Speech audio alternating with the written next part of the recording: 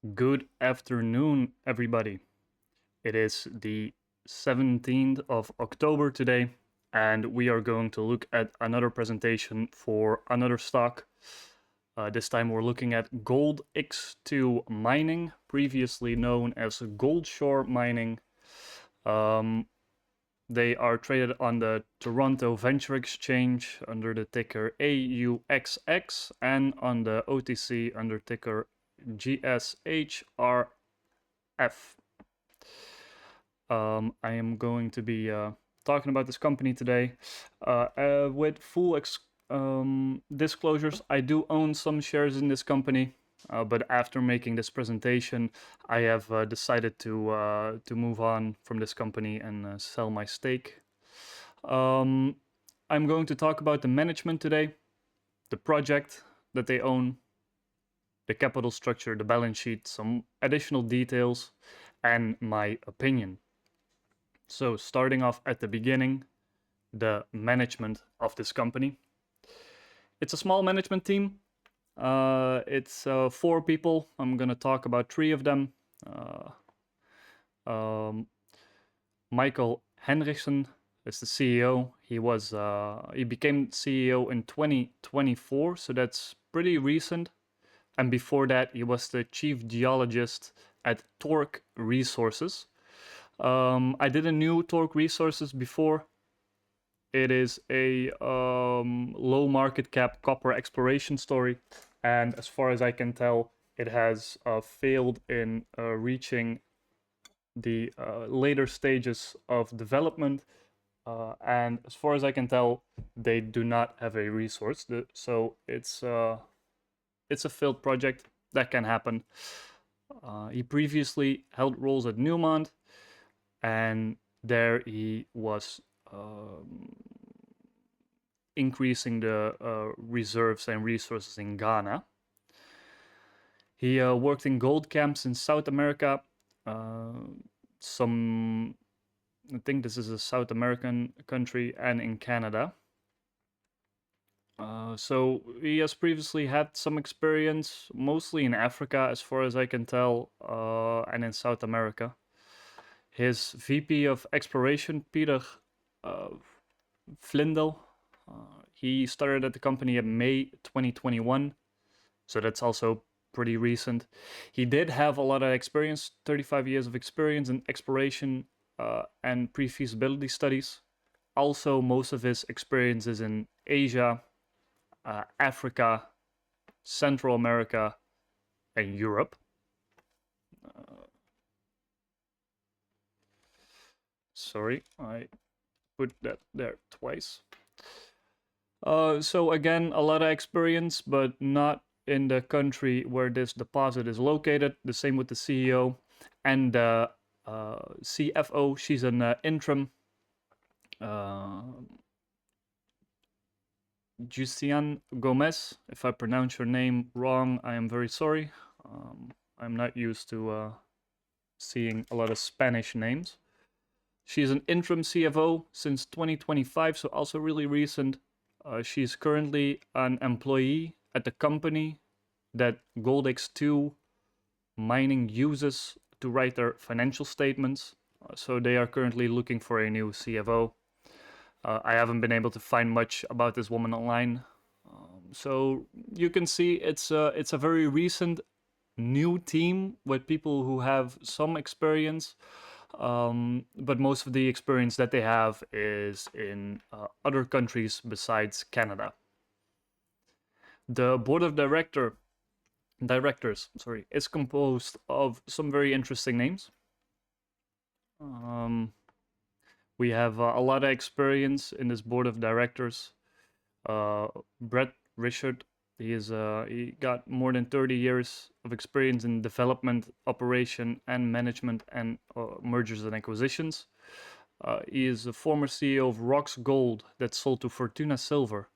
He is the former senior executive of Kantanga Mines, sold to Glencore, and he has senior roles at Kinross Gold and Co Steel. So this guy knows what he's talking about. He has owned a lot of mines, he has sold a lot of mines, and he has developed and operated mines.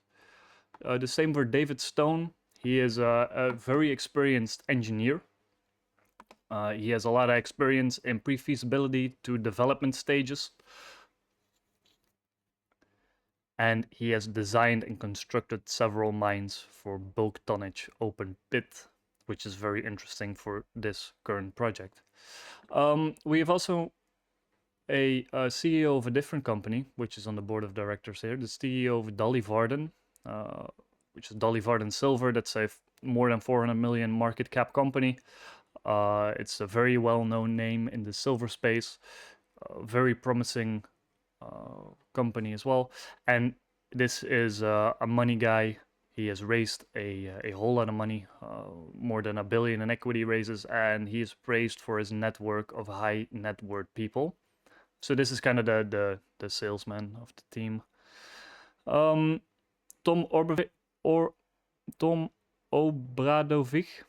Obradovich. He's a broad experience in this entire sector, from exploration to development to financing. He co-founded Canadian Royalties, which is a multi-billion-dollar company, and he founded Averlan Resources, and that sold for 1.2 billion to Kinross Gold. So it's a heavy board of directors with multiple people who've raised multiple billions of dollars, who've made multi-billion-dollar sales, and a very experienced engineering and development team. I wish I could say the same for the management. I do think that with this board and with this management, the board of directors definitely has a lot of experience in them. The management, I do have a lot of questions with the CEO of this company, Michael Hendricks. The CEO is also part of the board of directors, which means that if the CEO has some plans, he can vote on them as well in their meeting with the directors. I don't like that too much, but that's just a choice that they have made. GoldX2 mining only has one project, which is a little bit strange, given that their name is GoldX2. So you would think that they would have two projects, but they only have one project. It's the Moss Gold project. Currently, they do have a mineral resource out. They are working on a preliminary economic assessment that is planned to come out in Q4. So that's anywhere within the next 2 months. It's a very complex story. We're going to go over the ownership structure and the royalties within this project, because those two are both interesting, let's say it like that. For this project, it's not as straightforward as other projects are. It is located in Ontario, Canada, which is a good mining jurisdiction. It is the project is located near the town of Thunder Bay, which has 100,000 population. Good infrastructure, as we see in the coming sheets. It's located near power supply and near highways, so that's always good for the infrastructure. In Ontario are a lot of mines. As I said, it's a very mining-friendly jurisdiction. And the nearby mines, I listed a couple of them, but the list is longer than this. The Red Lake Mine, the Young-Davidson Mine, the Island Gold Complex, Eagle River Mine, Rainy Mine. A lot of mines nearby. So getting another mine up and running is definitely in the cards for Ontario.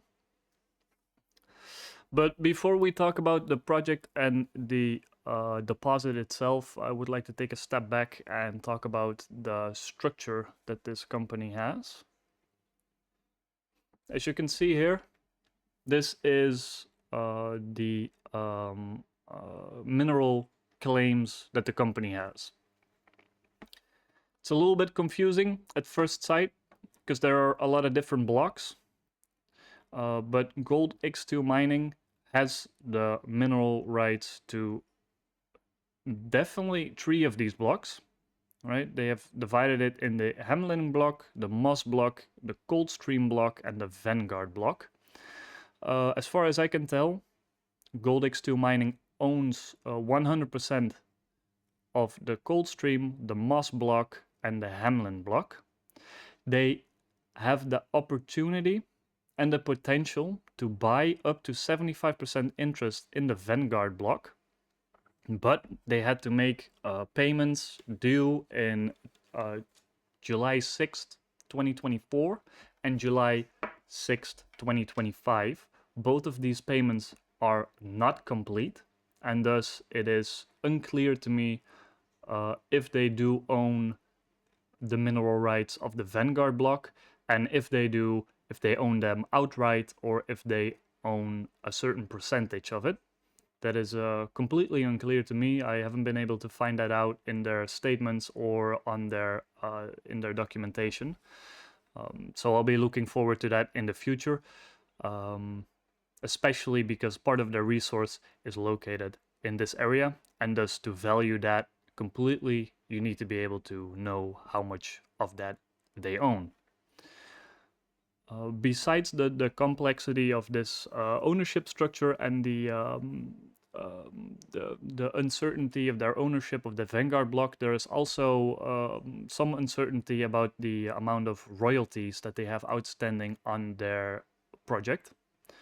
So these blocks, keep them in mind. I'm going to go to the next sheet, and then we're going to see what kind of royalties are on these blocks.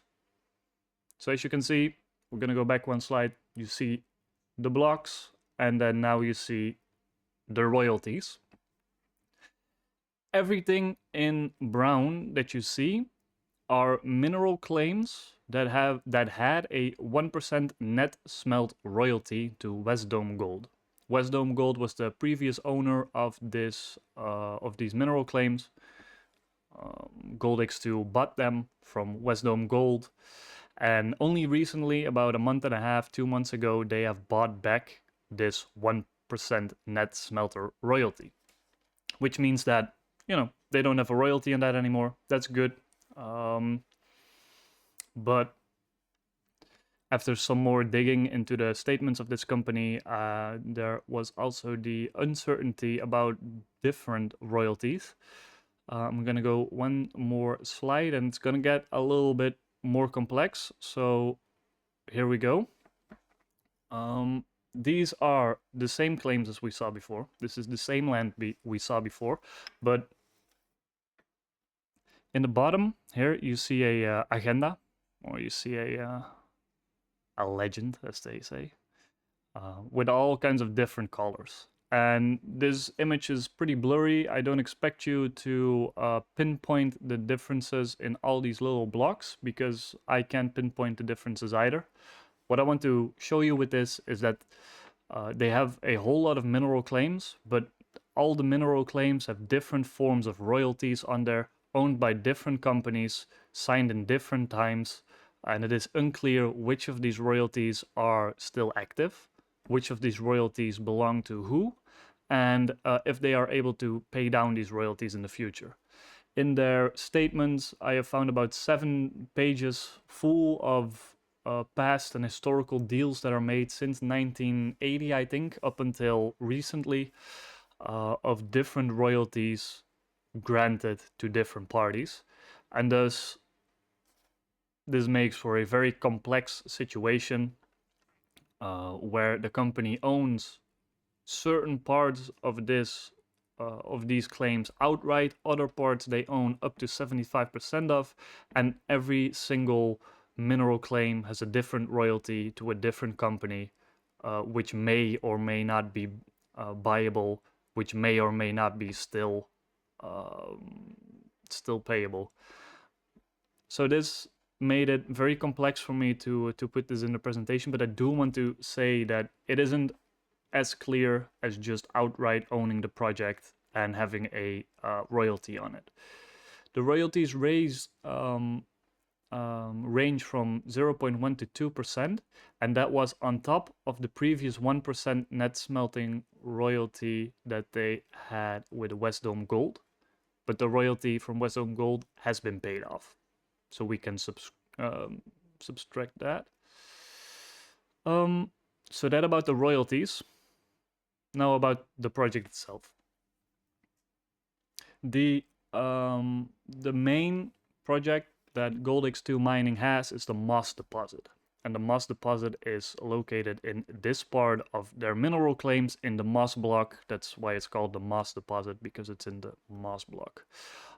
This is an outlining of the pit that they have.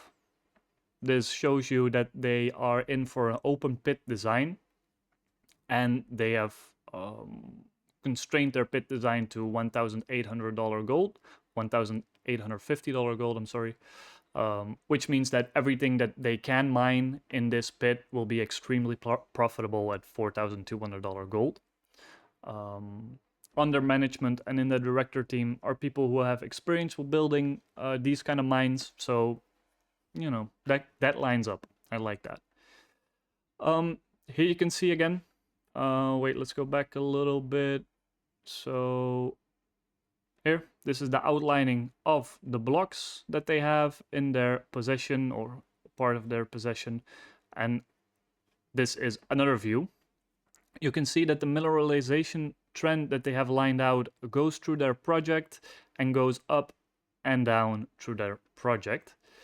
Up here, you see the power line, the green line, and you see the highway, the Trans-Canadian Highway. If you want to look this up for yourself, you can look up the town that I previously mentioned, and then you can pinpoint where this project is exactly.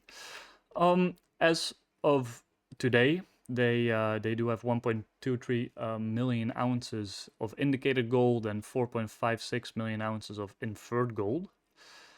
They are currently still drilling this project. They are drilling it to redefine the resource to put more of it in the indicated category, so that they are bankable ounces and that they can take them to the bank and get probably loans against them. There is, however, for the astute watcher, another problem with this project. And for that, we need to go back one slide. Besides the complex ownership and royalty structures, there are also a couple lakes in this part of Canada. You can see here it's very vague, but it's the Snodgrass Lake.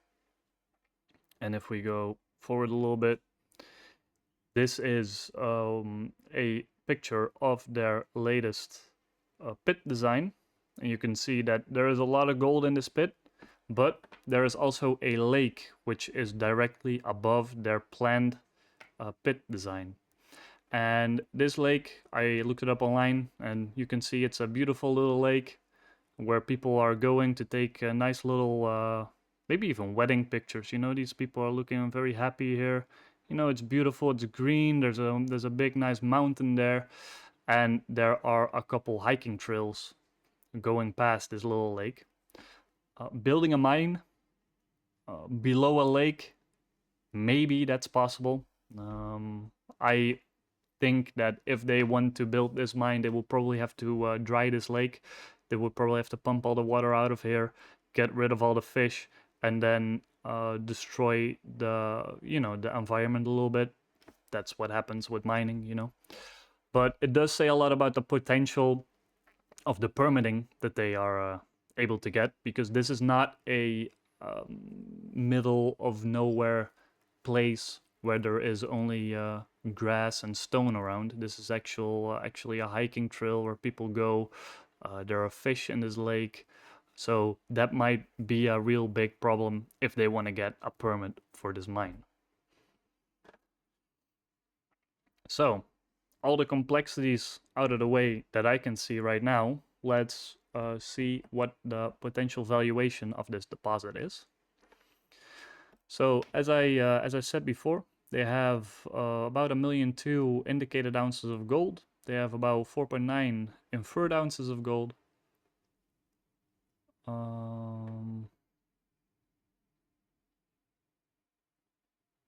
For a total of 6.147 million ounces of gold. If we plot that in right here with the commodity price of gold of $4,200 an ounce, you get a maximum potential deposit value of $25.8 billion. That value can only be reached if you wave the wand and magically pull out all of the gold out of the ground and sold it today. So of course, that's not possible. And to value this deposit, I will take a 15% buyout value for $3.8 billion. That's what I would value this deposit right now. There are, as I said, a lot of risks with this deposit. For one, the lake that's on top of it. Two, the smelting, the royalty structure associated with it. So there is a big discount between the current value that you can buy this deposit for in the open market and the potential stated value that is stated right here. As you can see, they have about 437 million shares outstanding. They got a couple warrants, and they have given their shareholders and their management teams a lot of stock options. And for a total fully diluted shares of almost 500 million. At a share price of 41 cents, that comes out to 200 million in market cap. So you get a deposit that's worth, if you can get all the gold out and you sell the company for 15% of what that's worth, you got 3.8 billion. You can buy it for 200 million right now. That's a big gap in the there's a big value gap there, and I do think that is justified by the fact that getting the permit for this mine is going to be very hard, and the fact that there's a lot of uncertainty about the ownership and the royalties that are on this project. You can see that the top investor in this project is SUF Group, 20% ownership. The insiders of this company own 4% of this project, which I think is not a lot, but it is held by a lot of big investors. I couldn't find names of them, but 20% of this 56% is SUF Group, and retail owns 40% of the shares outstanding. Let's look at their balance sheet. So the last report that they did was ended on 30/6/2025, so 30th of June 2025. At that time, they had $40 million in cash. They had $7.5 million in liabilities. And I do have to say that this was a, again, not a straightforward balance sheet to look at. They try to, in my opinion, try to hide a couple things, which I didn't like, but we found it, so that's good. They spent $5.4 million on G&A activities. If you look at their balance sheet, it will not say this number. I might just pull up the balance sheet right now just to see what I can show you from that. So hold up. Yes, here we are again. So this is the balance sheet of GoldShore Resources. They haven't changed their name in the balance sheet yet, so the next time they will do a statement, it will be GoldX2 mining. But as you see in the expenses right here, you can see a couple consulting fees, general and administration costs, professional fees, and everything is kind of neat. Everything under $1 million, that's nice, for a total of 1.8 million of G&A expenses. That's pretty good. That's nothing to worry about. But then you go down and you look at the investment activities, and right here they say that they have exploration and long-term deposit expenses in the mineral property of 10.6 million. And now we are going to show what those expenses are and how they come to the 10 million. because they spent 1.7 million on just administration expenses, and then besides that they spent 10 million in exploration expenses. But of that 10 million,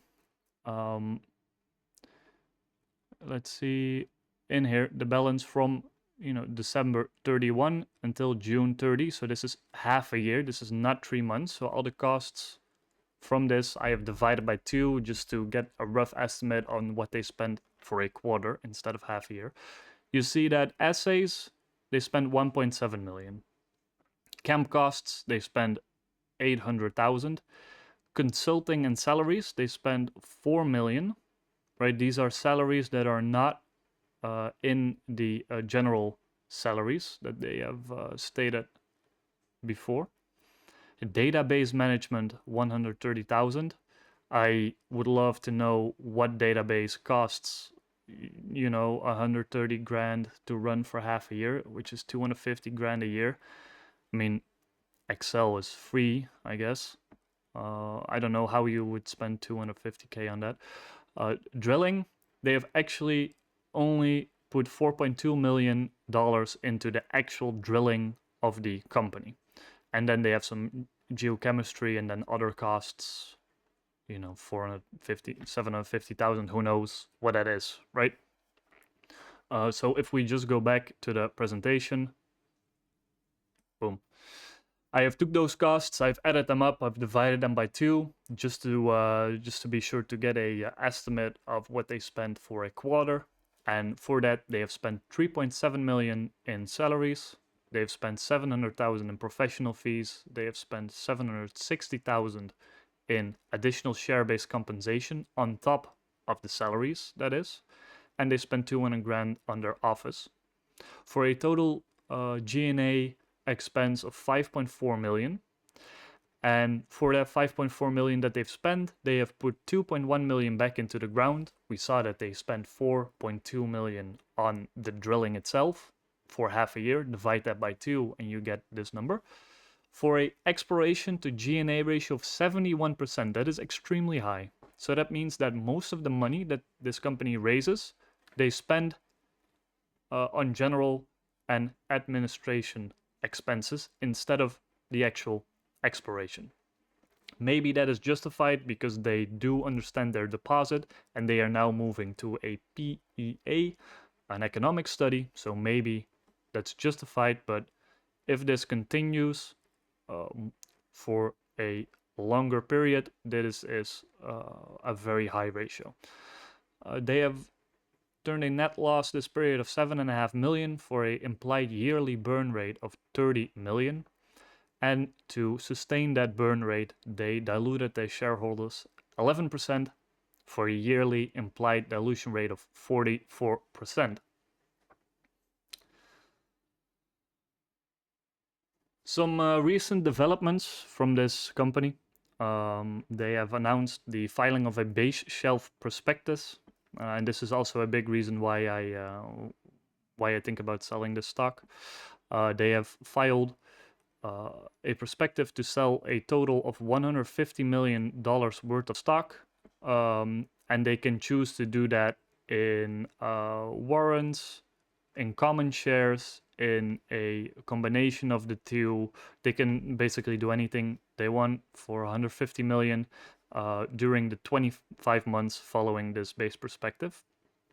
And with part of that money, they have explored. Of course, they have paid themselves as well, and they have bought back they have bought a big adjacent mineral claim next to the property to make them a little bit bigger. So, in my opinion, it's a very complex story. It's got complex royalty structures. It's got complex ownership structures, which are still unclear to me who owns what exactly. They spent a lot on G&A compared to exploration. And again, they do have a deposit. They're not really exploring anymore. They're trying to figure out whether that deposit is economically mineable or not. So maybe that's the stage that they're in, but that's definitely something to watch in the future. The deposit that they have now is worth, in my opinion, 3.8 billion. And you can buy that for a 205 million market cap. I think that's a steal if everything works out and if this becomes a mine. There's a lake above the deposit, so it's potentially difficult to become a mine. That's maybe why this value gap exists. They got a relatively high dilution rate, especially with the base shelf prospectus. You can see that as a sort of a boot standing on the price of the stock, $150 million boot, and they can just sell stock every time they want. Every time the stock pops, they can sell more and more stock until they have raised 150 million. And with the current state of this project and the background of this management, I do think that these guys will want to try and build a mine here and then sell it to a bigger player. They got some people in their management and in their